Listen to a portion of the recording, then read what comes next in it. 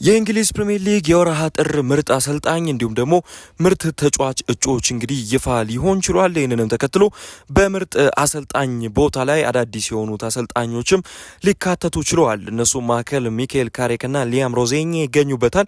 በወሩ ምርጥ አሰልጣኝነት በእጩነት የቀረቡት ደግሞ ሌሎቹ አሰልጣኞች ሲያንዲያችና አንዶኒ ኢራዮላ ናቸው። እንደሚታወሰው ማይክል ካሪክ በወርሃ ጥር እንግዲህ ማንቸስተር ዩናይትድን ከተረከበ በኋላ የሊጉን ግዙፍ ሁለት ቡድኖች ማለትም ማንቸስተር ሲቲንና አርሰናልን ማሸነፉ ይታወሳል። እንዲሁም ደግሞ ሲያን ዲያች እንግዲህ ቡድኑ ኖቲንጋም ፎረስት ባለፉት በጥር ባደረጋቸው 4 ጨዋታዎች ሁለቱን አሸንፎ አንዱን አቻ አንዱን ደግሞ ሽንፈት ቀምሶ እንደነበር ይታወሳል። እንግዲህ ማንሰራራት ላይ የሚገኙት ቼሪዎቹ ቦርንማውዞች እንግዲህ አሰልጣኛቸው አንዶኒ ኢራዮላ ደግሞ ካደረገው 5 ጨዋታዎች መካከል 3ቱን አሸንፎ አንዱን አቻ ሲወጣ አንዱን ደግሞ ሽንፈት ሊቀምስ እንደቻለ ይታወሳል። ታዲያ ይህንንም ተከትሎ እንግዲህ ሊያም ሮዜኜ እንዲሁም ደግሞ ማይክል ካሪክ አዳዲስ ቢሆኑም እነዚህ አሰልጣኞች ጥሩ ቁጥር እንዳላቸው እየተመለከትን ነው።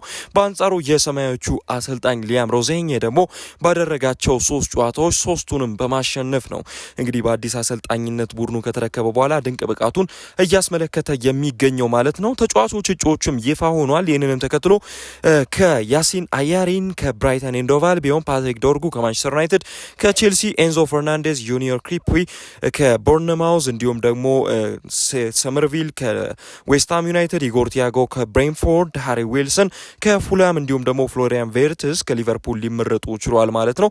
ይህንንም ተከትሎ በወርሃ ጥር እንግዲህ ምርጥ አሰልጣኝነት ቦታው ምናልባት ከ3 ጨዋታ 3ቱንም ያሸነፈው ሊያም ሮዜኜ ወይንም ደግሞ ማይክል ካሪክ ሊሆኑ ይችላሉ የሚሉ ከፍተኛ ግምቶች እየወጡ ይገኛሉ። ከተጫዋቾች ደግሞ ፓትሪክ ዶርጉ ቀዳሚነት ቦታውን ሊሰጠው ችሏል። ጋቪ ወደ ሜዳ ለመመለስ መቃረቡ እየተነገረ ይገኛል።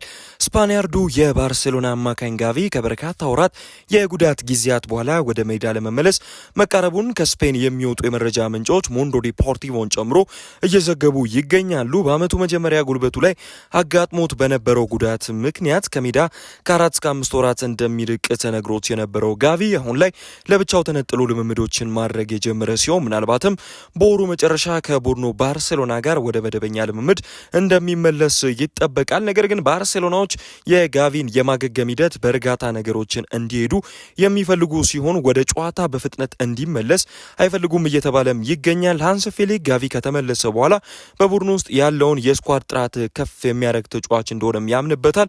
የጨዋታ እድልም በርከት አድርጎ ሊሰጠው እንዳቀደ እየተነገረ ይገኛል። ነገር ግን ባርሴሎናዎች ከዚህ ቀደም እንግዲህ ካሉባቸው የተጫዋቾች ወጣት ተጫዋቾች ላይ አጋጥሞት ከነበሩ ጉዳቶች አንጻር የጋቪን የጉዳት ሂደት እንግዲህ ሲመለስም በትክክል ይዘው እንግዲህ ትሪትመንቱን ሊያስቀጥሉለት እንደሚችሉ እየተነገረ ይገኛል። ጋቪ እንደሚታወሰው ካቻምናም በስፔን ብሔራዊ ቡድን በሚጫወትበት ሰዓት ላይ ባጋጠመው ጉዳት ምክንያት የኤሲኤል ጉዳት አጋጥሞት እንግዲህ ለበርካታ ወራት ከሜዳ ርቆ ነበረ። በዘንድሮ የውድድር ዓመትም በፕሪሲዝን ጨዋታዎች ላይ ጥሩ እንቅስቃሴ ሲያሳይ ቢከርምም በአመቱ መጀመሪያ ላይ ያጋጠመው ጉዳት ሙሉ ብቃቱን ለባርሴሎና አውጥቶ እንዳያሳይ አድርጎታል። ብራዚላዊው አጥቂ ኤንድሪክ ወደ ማድሪድ ይመለሳል ተብሎ ይጠበቃል። በውሰት ውል በጥሩ የዝውውር መስኮት የ15 ጊዜ የአውሮፓ ሻምፒየንስ ሊግ አሸናፊዎቹን ሪያል ማድሪዶችን በመልቀቅ መዳረሻውን ኦሎምፒክ ሊዮን ያደረገው ኤንድሪክ በፈረንሳዩ ቡድን ውስጥ ድንቅ የሚባል ብቃትን እያሳየ እንደሆነ ይታወቃል። ይህንንም ተከትሎ እንደውም የወሩ ምርጥ ተጫዋችነትን ቦታንም ማግኘት ችሎ እንደነበረም ይታወሳል።